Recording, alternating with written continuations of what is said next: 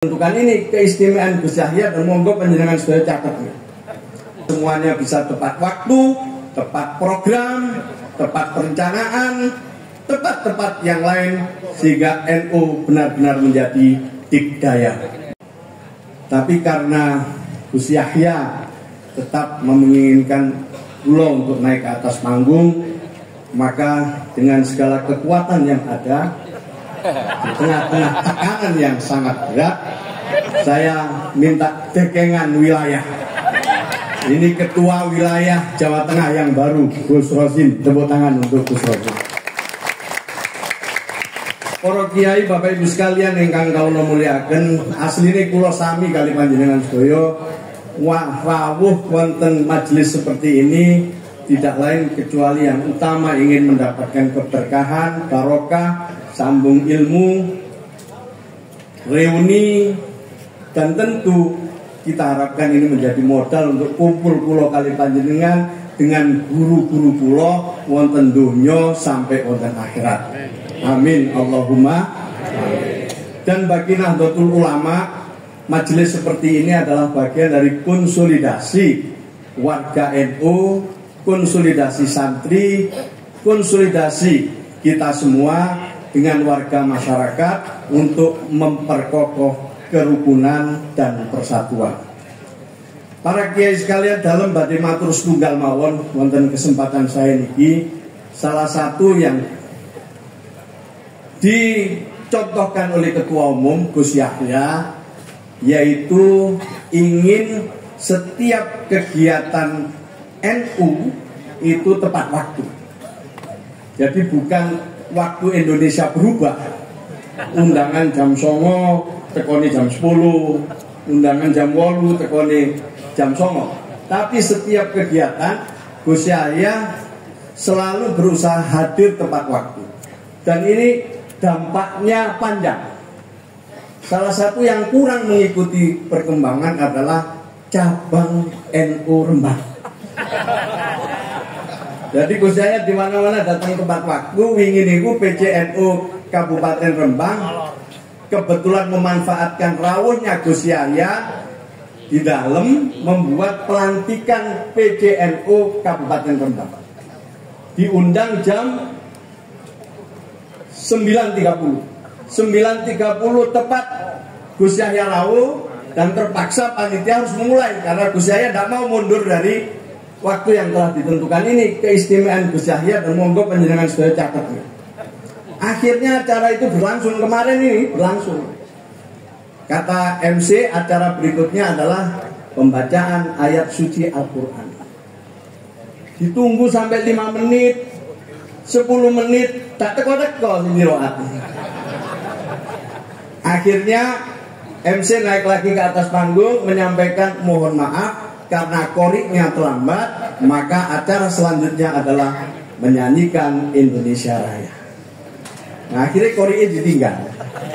Nah, Bapak Ibu sekalian, ini sesuatu yang dimulai oleh Gus Yahya untuk kita semua. Mudah-mudahan seluruh jajaran pengurus bisa mengikutinya dan akhirnya kita semuanya bisa tepat waktu, tepat program, tepat perencanaan, tepat yang lain sehingga NU benar-benar menjadi dikdaya. Assalamualaikum warahmatullahi wabarakatuh.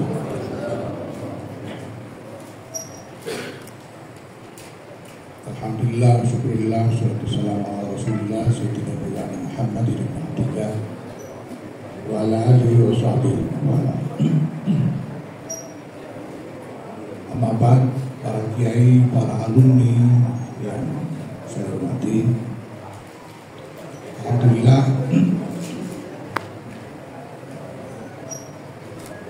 terima kasih sudah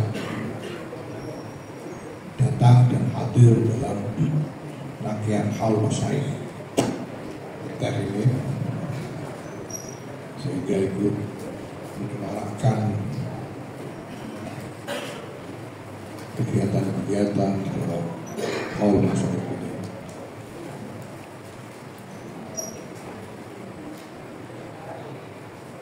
Tadi Kang Sakur menyebut tentang sukses haul.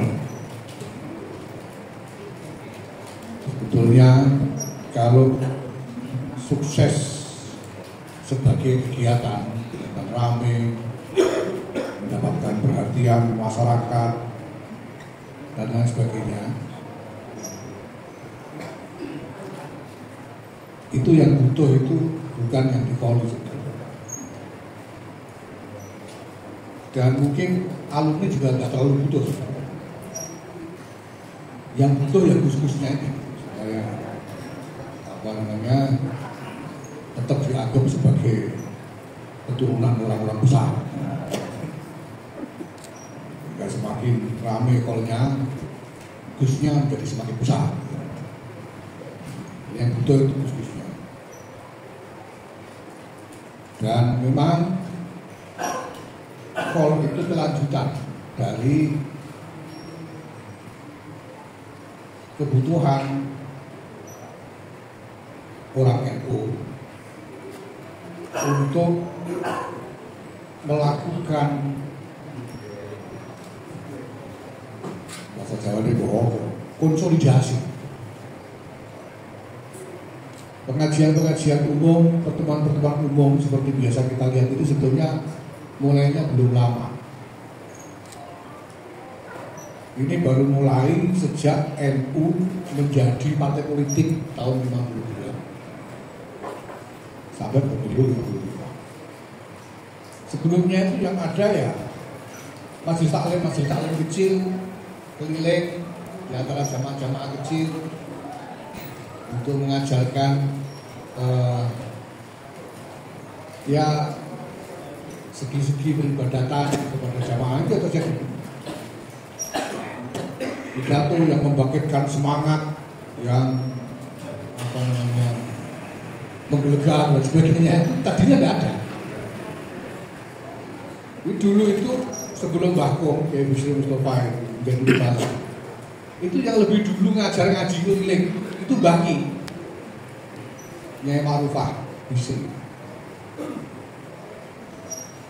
Ya, jadi ada kelompok-kelompok muslimat yang minta diajar, dan banyak yang ngajar keliling, yang ngajar kesolatan, ngajar ngaji tuntan dan sebagainya itu banyak. Bakung itu ngaji ya di pondok begini.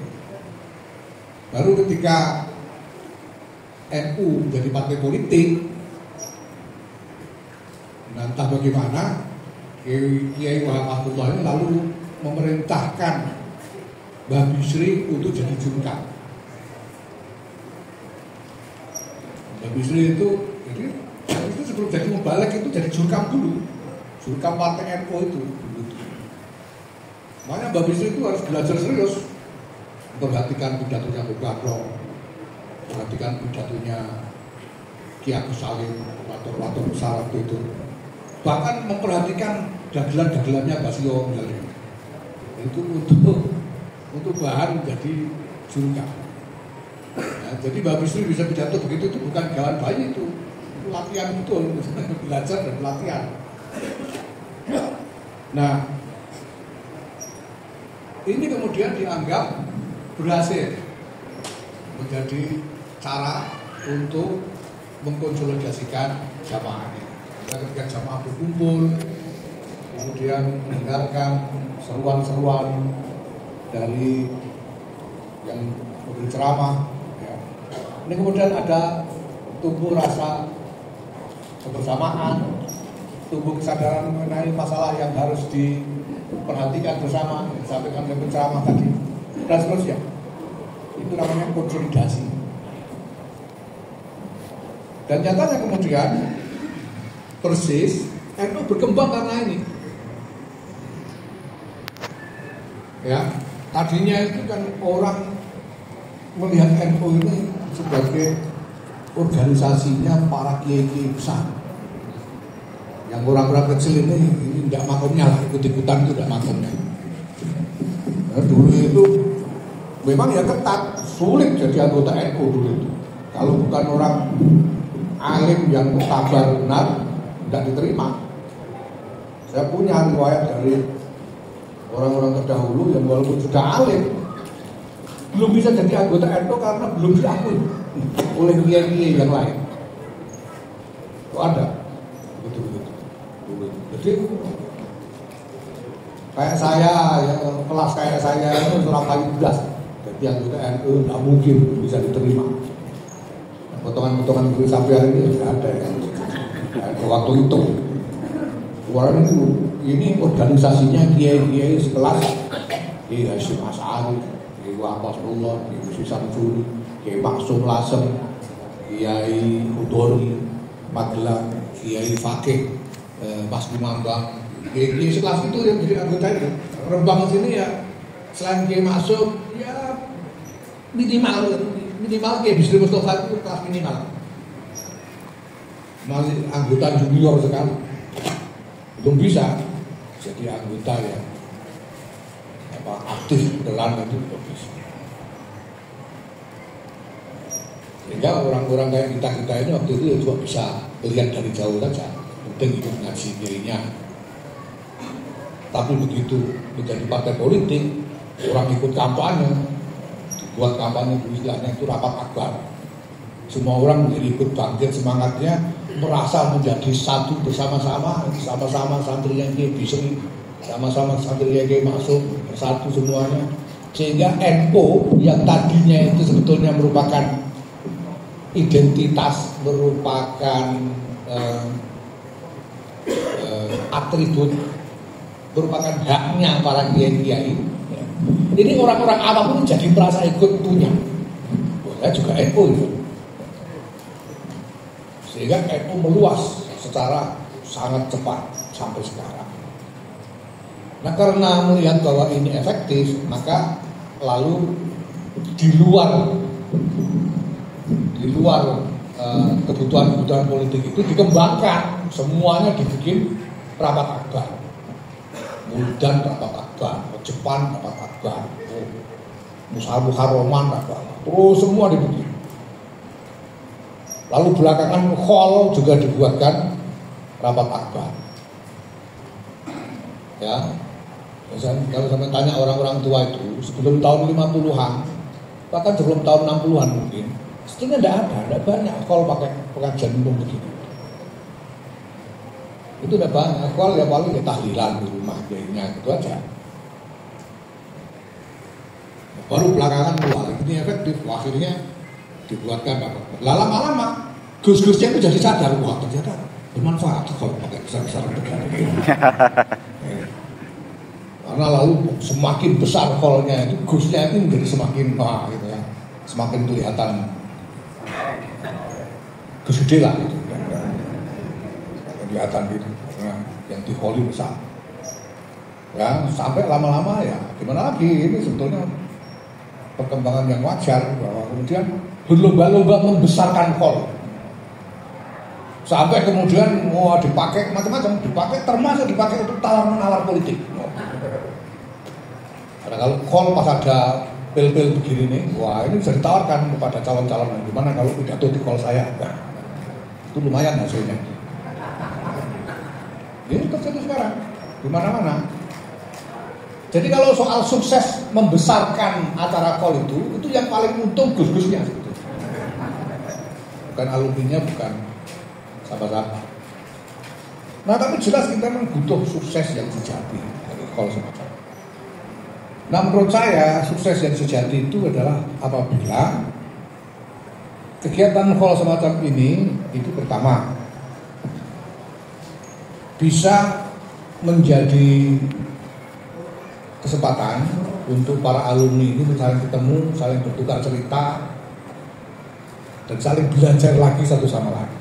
Kalau dulu hidup bareng tunggal bantal di butaan dan sebagainya, ya.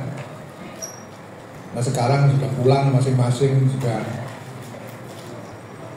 punya tempat sendiri-sendiri di tengah-tengah masyarakat, bisa saling bertukar cerita dan berbagi pengalaman, saling mengajari satu sama lain. Kadang-kadang kan nasib orang ya kita nggak tahu. Ketok ini pondok, biar kalahan, bisa lagi malah jadi gue bocor di bangsa menangan gitu. Itu ada begitu itu. Nah dengan kesempatan itu, nah mungkin nanti dia saling mempererat hubungan, bisa saling bantu. Kalau punya kepentingan apa, kira-kira temannya bisa bantu, bisa saling bantu dan seterusnya. Itu menurut saya sukses yang menjadi kebutuhan alumni yang utama. Nah, ada sukses lain yang lebih mendasar, lebih penting lagi sebetulnya, yaitu pembaruan, diperbaharuinya, disegarkannya kembali dan diperkuatnya hubungan ikatan ruhani antara kiai, antara santri-santri ini dengan kiainya. Itu justru yang pertama-tama sukses yang sebetulnya persis menjadi kepentingan kita semua. Ya. Karena sampean ngaji di sini tuh, teman ngaji kepada Kiai Khalil, ngaji kepada Kiai Kusri, ngaji kepada Kiai Mustafa, ngaji kepada Kiai Adi. Sampean itu kan mengambil agama. Ini sampean itu yang sampean ambil dari sini itu agama. Karena ilmu yang sampean pelajari di sini itu agama. Ala inna hadzal ilma din. Makanya ada perintah fanzuru amman ta'khuduna dina. Sampean mengambil agama, ini soal nasib sampean di akhirat ini. Sampean ngaji di sini, menerima pelajaran dari kiai-kiai sini, sampean pegangi, sampean amalkan itu untuk apa? Kan untuk selamat dunia akhirat. Nah itu artinya ya sampean mempertaruhkan nasib dunia akhirat sampean kepada kiai-kiai tempat sampean belajar itu.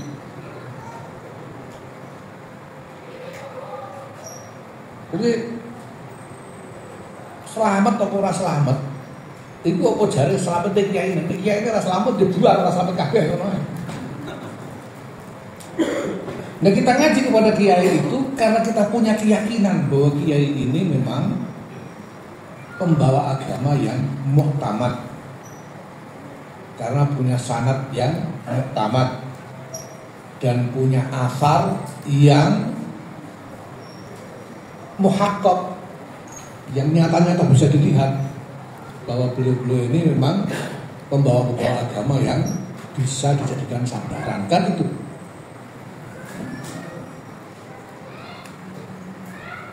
Nah, kesempatan hall semacam ini ya sebetulnya sampai tidak datang juga, asalkan muadzabah misalnya hadiah Fatihah, tahlil itu secara rutin, insya Allah bisa terus memperkuat. Nah tapi hadir secara fisik begini ini kan ini seperti menuntun hati untuk terus menyambungkan diri kepada masyayikh tempat kita ngaji. Ya ini fungsinya kayak talabut dunia gitu lah. Ya, tentunya enggak talabut juga, hasil aja niat itu untuk menuntun hati itu lalu talabut. Nah, orang yang saya hormati, kita ini menghadapi memang keadaan masyarakat yang kompleks, yang semakin rumit tatanannya, ya. Semakin banyak kelompok-kelompoknya, semakin repot hubungan satu sama lainnya masyarakat sekarang. Itu kalau zaman tahun 70-an kok sampai Kang Sakur berani-berani ikut Golkar, kok lagi sama itu mesti. Tapi saya kira apa itu yang menyadari tahun 80-an itu masyarakat sudah lebih kompleks. Makanya dibiarkan aja. Paling dirempeng, tolong temen, paling dirempeng gitu aja, tapi dibiarkan. Nah sekarang apalagi, sekarang udah begini. Dan siapapun yang masuk ke arena publik, arena tempat semua masyarakat bisa melihat, itu pasti tidak lepas dari pro kontra. Apalagi zaman sekarang ini, ketika udah pertarungannya sampai ngeluh kalau saya cerita nih. Pertarungannya memang rumit. Ya apa boleh buat. Kalau orang masuk dalam arena publik semacam itu, pasti dia akan menjadi sasaran pro kontra. Orang yang kepentingannya sama atau sesuai itu pasti memuji-muji. Orang yang merasa dirugikan, mencaci maki itu biasa. Apapun niat kita,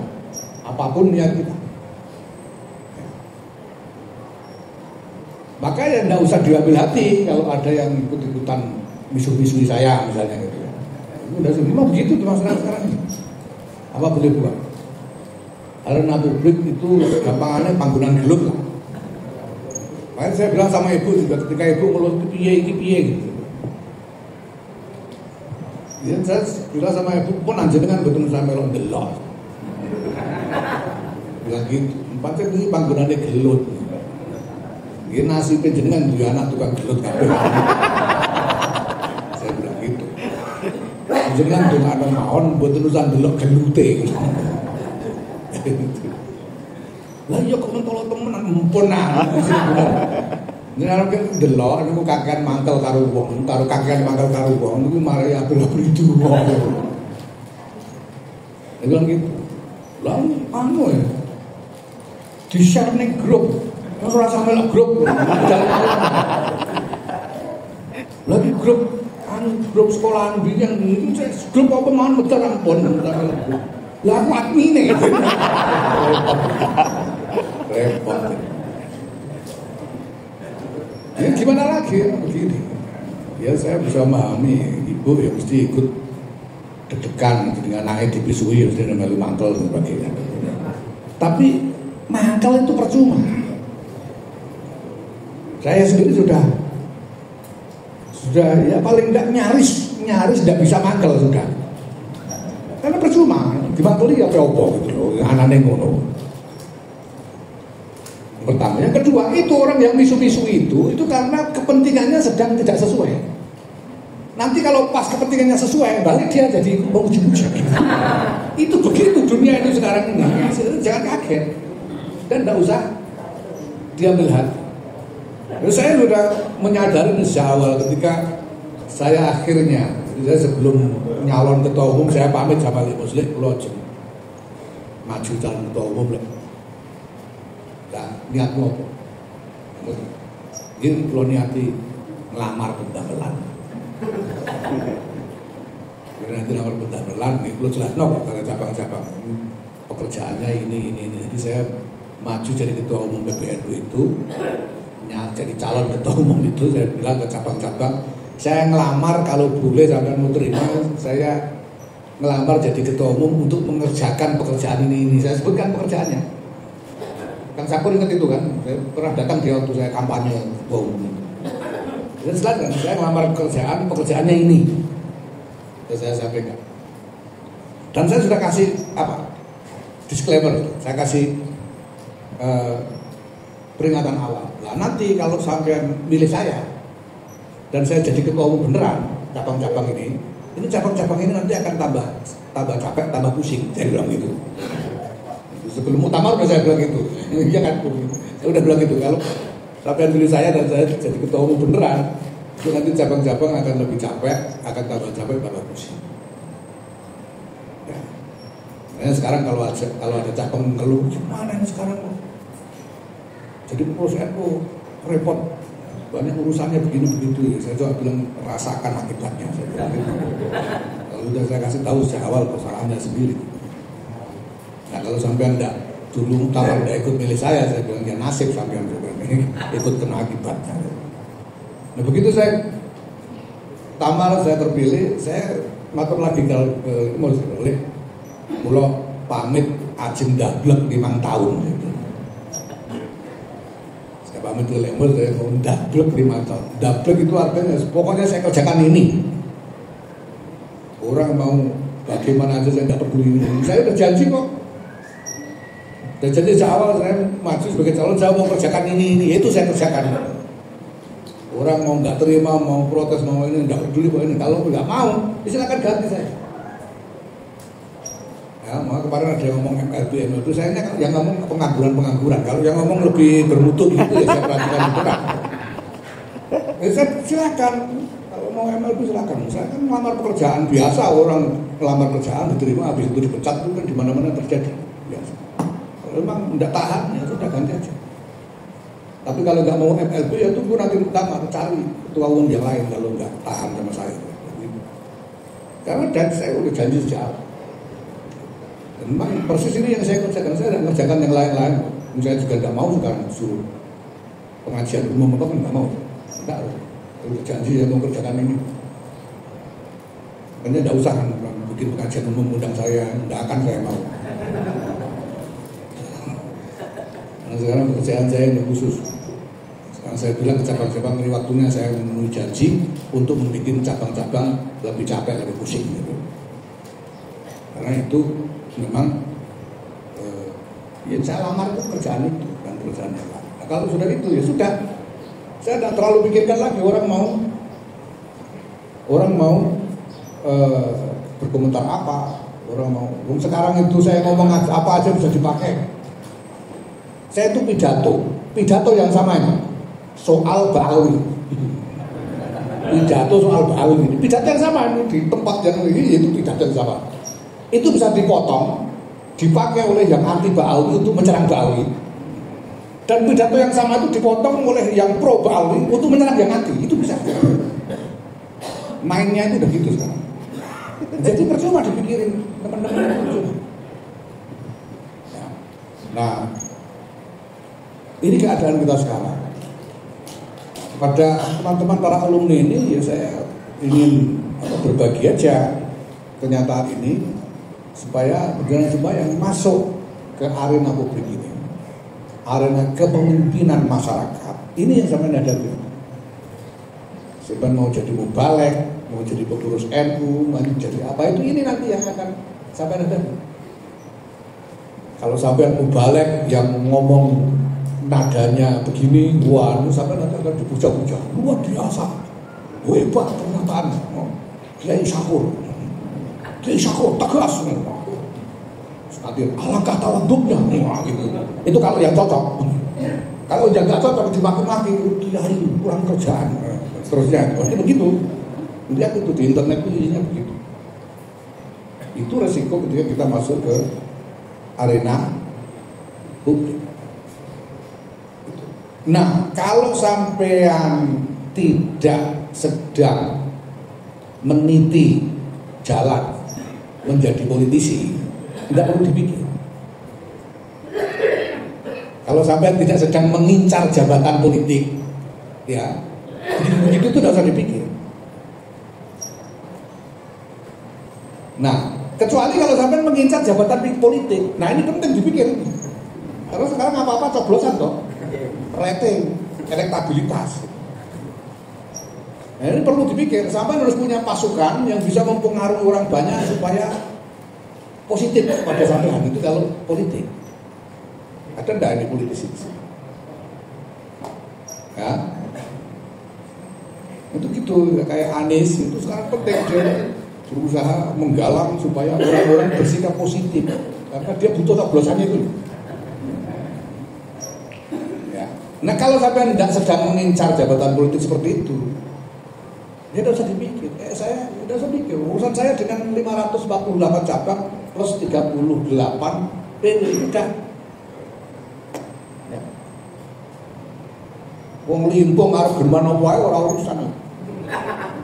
Wong wira desa arep miso-miso ya gue. Sing penting 548 cabang dan 38 wilayah ini bisa saya kelola.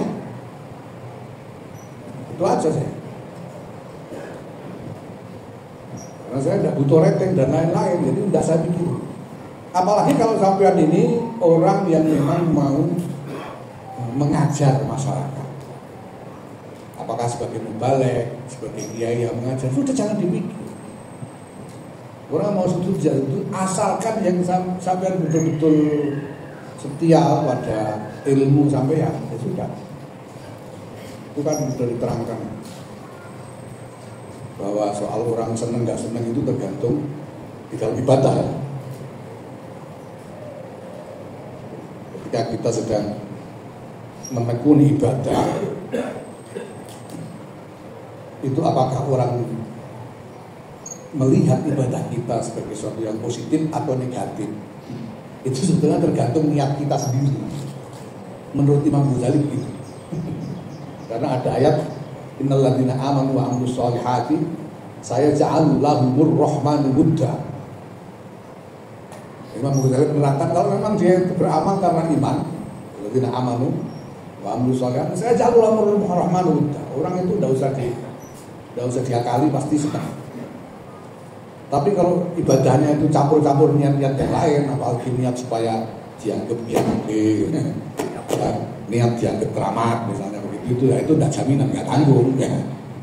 Ya kalau di pisu-pisu orang, dirasani orang ya jangan sambang. Wah, ibadah sudah sungguh-sungguh, saya jaga betul kok masih dirasani. Ya ibadahnya pengen karena berharap mendapatkan ujian orang yang malah dapat sebaliknya, kira-kira begitu. Nah, untuk khusus ini saya sebagai wakil dari pengasuh kepada alumni, saya ingin menularkan apa yang diwelengkan, dipesankan Kiai saya, Kiai Ali Maksum kepada saya. Ada dua hal. Ini karena dalam konteks gimana ya? Kiai saya ini putunya Kiai Bisri, putunya Kiai Bisri, anaknya Kiai Khalil. Sama jangan main ini, memang Gus gede saya ini. Dan Kiai Ali itu tahu itu, sehingga sampai-sampai beliau itu waktu masih kecil, saya kelas 2 SMP. Beliau panggil saya, dosen awal-awal datang ke terapiak. Lu panggil, lu bilang kowe wajib parek karo aku. Kemudian aku ini parek karo mbah. Nimbagi birrul walidain kowe kudu parek karo wong sing parek karo wong tuamu senajan wong tuamu wis ora. Kembali bagian dari birrul walidain. Karena saya masih kecil, saya takut sama hal itu. Sama abah saya takut saya. Itu tidak berani ngomong kalau nggak ditanya, kalau nggak disuruh saya nggak berani ngomong. Jadi saya mau sowan sama abah itu juga disuruh, gue nganggur lebih dalam nyapu tak apa. Kayak itu bilang gitu. Ya, tapi saya tidak berani, takut saya. Tidak berani gitu. Tapi begitu itu kalau ya sampai ini nyaris 20 kali Bali itu di Bali saya. Ini Bali itu ya cuma suruh duduk gitu aja. Tadinya itu ditanya, saya kan sorogan. Bali itu, wes ono sing ora mudeng ora soroganmu. Orang mudeng takokno kene apa mudeng. Saya tidak berani di baca. Tidak berani. Akhirnya itu di kamarnya Bali itu duduk diam aja bisa sampai sejam 2 jam sebelum dibebaskan. Bali itu ya, nulis macam-macam itu saya cuma diem aja. Nah akhir-akhir jadi Bali itu saya kira Bali itu ingin saya tumbuh dan masuk dalam arena kepemimpinan masyarakat, kira-kira begitu. Kira-kira paling tidak harapannya Bali itu begitu Bali. Kenapa ya? Karena mana ini Gus gede. Namanya kalau Bisri, cucunya Bisri Mustafa kan gitu kan, kira-kira kan. Maka Bali itu pesan penting. Yang pertama, jangan berani-berani menyelisihi sawadul adzam. Maksud sawadul adzam itu sawadul adzam minal ulama. Jangan menyelisihi sawadul adzam minal ulama. Walaupun jadi kalau ulama itu sudah sawadul adzam minal ulama itu sudah condong kepada sesuatu. Ya, itu sampean setuju, gak setuju, seneng, gak seneng, jangan dilawan. Ikut aja. Karena sawadul adzam itu bahaya. Sawadul adzam itu malanti.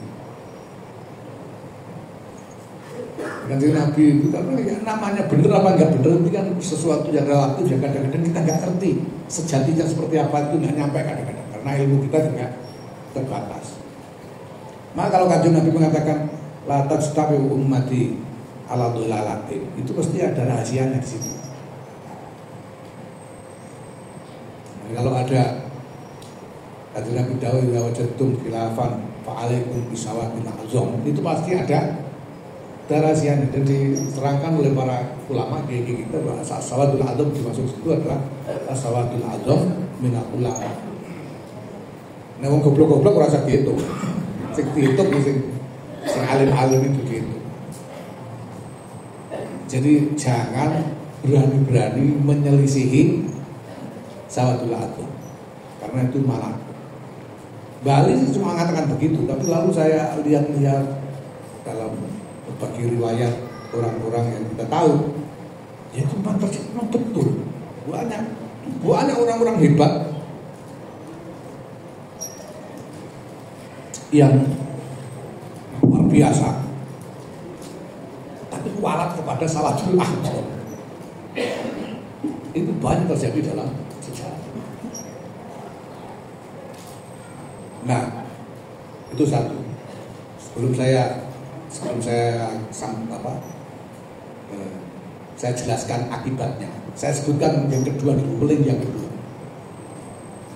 Jangan jauh-jauh dari NU. Ini uliknya.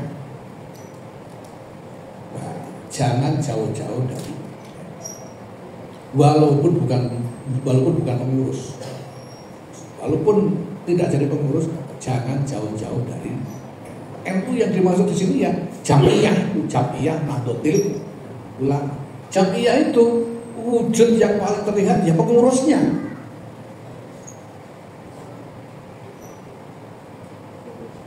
Jangan jauh-jauh dari NU. Walaupun mungkin kita nggak cocok sama pengurusnya ini. Sebetulnya ya kayak saya ngomong begini, saya tahu. Tapi saya ini cuma saya berbagi pesan Mbak Ali aja. Orang tahu lah dari dulu itu saya juga tidak selalu sependapat dengan pengurus-pengurus yang lalu. Tapi pesannya Mbak Ali jangan jauh-jauh dari jangan puring, apalagi puring sama NU itu jangan. Mbak Ali kan begitu. Pesannya Mbak Ali itu adalah al-ilm wa ta'allum bi nahdlatil ulama. Al-ilm wa ta'allum bi nahdlatil ulama atau fi nahdlatil ulama. Kemudian al-amal bi nahdlatil ulama. Kemudian al-jihad bi nahdlatil ulama. Kemudian as-sabru bi nahdlatil ulama, dan yang kelima itu as-siqatu bi nahdlatil ulama. Sikohnya itu karena sawadul adab tadi.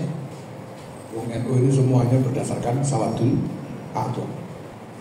Saya jadi ketua umum kan sawadul adab minal cabang-cabang itu. Nah, maka ini digolengkan oleh Bali. Kenapa konsekuensinya? Konsekuensi Bali bilang, ojo ini semua jangan sampai dilakukan. Bali bilang, mudah hilang kiadamu. Konsekuensinya itu kalau menyelisih sawadul azam atau menjauhi Nahdlatul Ulama, itu konsekuensinya itu kehilangan qiyadah. Qiyadah itu apa? Bobot kepemimpinan. Kesempatan kepemimpinan itu hilang. Ini Bali. Ya. Nah, saya sebagai Gusnya Pondok Leda ini tentu berharap bahwa dalam ukuran apapun penjaringan semua ini, para alumni ini masing-masing punya peran kepemimpinan di dalam masyarakat. Soal besar kecilnya, seberapa ukurannya, tidak masalah. Yang penting punya peran kepemimpinan di tengah-tengah masyarakat. Nah, maka saya anggap pesan ini relevan untuk teman-teman alumni sekalian. Pertama, jangan menyelisih sawadul adab. Dan yang kedua, jangan menjauh Jangan jauh-jauh, apalagi jauh dari Nahdlatul Ulama. Walaupun mungkin ada sesuatu yang lain yang lebih menarik. Ya, saya waktu itu sempat begitu. Panggil sama Mbak Ali karena saya mengerjakan sesuatu di luar NU yang saya merasakan menarik sekali. Saya senang. Karena Mbak Ali, ojo, NU Indonesia ini. Sepiye carane supaya kowe iso ngewangi NU. Itu Mbak Ali. Jadi ya, sekali lagi saya ucapkan terima kasih karena kehadiran alumni ini menguntungkan saya sebagai Gus di sini. Dan saya juga ya insya Allah terus ikut mendoakan mudah-mudahan ikatan ribatul hati kita dengan para masyarakat kita terus dijaga semakin diperkuat dan kita sungguh-sungguh nantinya akan memperoleh bukti kegembiraan di hadapan Allah Subhanahu wa taala berkumpul dengan para masyayikh yang kita cintai dan bersama-sama dengan usulihim minas sholihin ya, sampai dengan hadrat